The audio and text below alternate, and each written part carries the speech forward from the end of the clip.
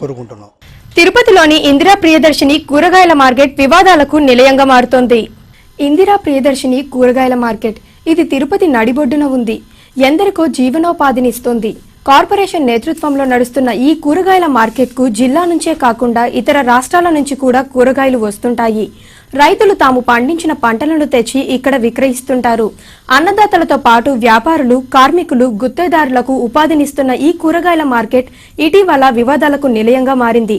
దీంతో ఇక్కడ జరుగుతున్న పరిస్థితులపై విమర్శలు వెల్లువెత్తుతున్నాయి.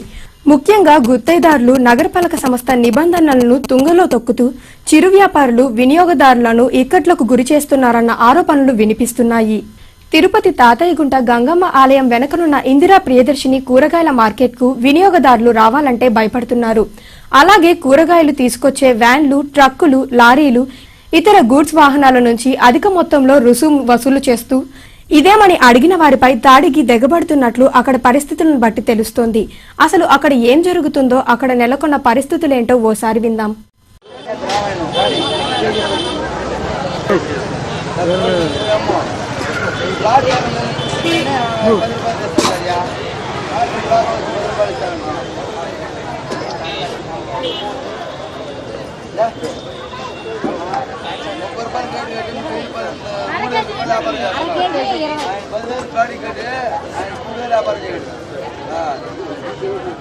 ఫస్ట్ 10 రూపాయలు, ఇప్పుడు 30 తీసుకున్నాను. మా అడిగినాడు సార్, 10 రూపాయలు ఇచ్చాను, తీసుకోలేదు. 30 రూపాయలు 30 ఇచ్చేదే తీసుకుంటాను. మున్సిపల్ ఆఫీసర్ వాళ్ళు వచ్చి ఇక్కడ కలెక్షన్ తీసుకొని 10 రూపాయలు ఇస్తాంటే ఆడికే అమ్ముకోకపోవాలి. ముందు 10 తీసుకుంటున్నారు మున్సిపాలిటీ వాళ్ళు, ఇప్పుడు వీళ్ళు నిన్న 30 రూపాయలు తీసుకున్నారు. వాళ్ళు ఎట్టడితే తట్టిచ్చేయాలి కదా. 30 రూపాయలు డైలీ దౌర్జన్యంగా చేసి వసూలు చేసుకుని పోతున్నారు. ముందా 10 రూపాయలు రోజుకు ఒక మూట 2 మూటలు తెచ్చుకుంటాము. దాంతో వచ్చేది 200 వస్తుంది మాకు. దీనికి మున్సిపల్ ఆఫీసర్లు, కమిషనరు సహకరించాలని కోరుకుంటున్నాను. నేను 10 రూపాయలు వసూలు చేస్తున్నారు. ఇంతకుముందు నిన్నటి నుంచి 30 రూపాయలు 40 రూపాయలు వసూలు చేస్తున్నారు మీరు. దానికి మున్సిపాలిటీ కమిషనరు సహకరించాలని, మమ్మల్ని పేదవాళ్ళను ఆదుకోవాలని మున్సిపాలిటీ కమిషనర్ వారికి ఆదుకుంటాము.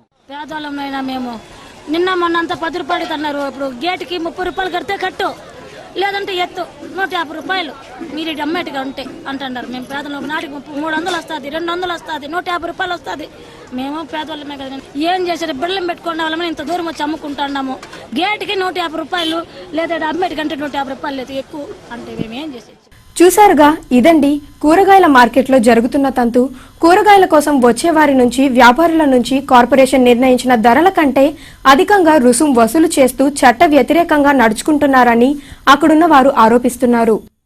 ఈ మార్కెట్లో గుత్తాధిపత్యం అధికమవుతోంది.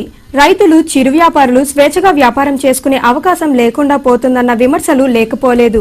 ఈ నేపథ్యంలో కార్పొరేషన్ జోక్యం చేసుకోవాల్సిన అవసరం ఎంతైనా ఉంది. వినియోగదారులకు అక్కడ ఎటువంటి ఆటంకాలు ఎదురవ్వకుండా చూడాల్సిన బాధ్యత నగరపాలక సంస్థ అధికారులపై ఉంది. అయితే మున్సిపల్ పాలకులు దీనిపై దృష్టి సారించకపోవడంతోనే ఇందిరా ప్రియదర్శిని కూరగాయల మార్కెట్ వివాదాలకు నిలయం కావడంతో పాటు విమర్శల పాలవుతుందని గుత్తేదారుల అత్యుత్సాహాన్ని తగ్గించాలి. కార్పొరేషన్ నిర్ణయించిన రుసులను వసూలు చేసే ప్రక్రియ కొనసాగుతోందా, లేక ఇందుకు విరుద్ధంగా అక్కడి పరిస్థితులు నెలకొన్నాయా అన్న అంశాలపై మున్సిపల్ అధికారులు ఓ కన్నేసి ఉంచాలి. 2 రోజులు కురిసిన